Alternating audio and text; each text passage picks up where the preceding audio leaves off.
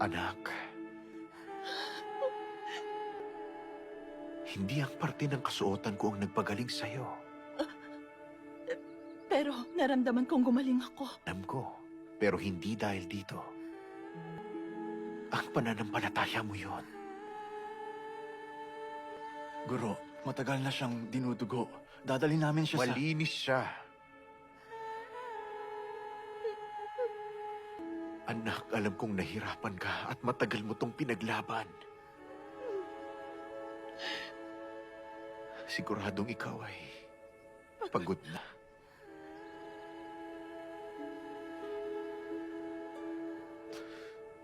Makakapagpahinga ka.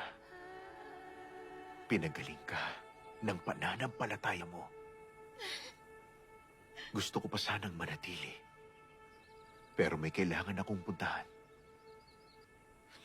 Pero natutuwa ako na nagkatagpo tayo.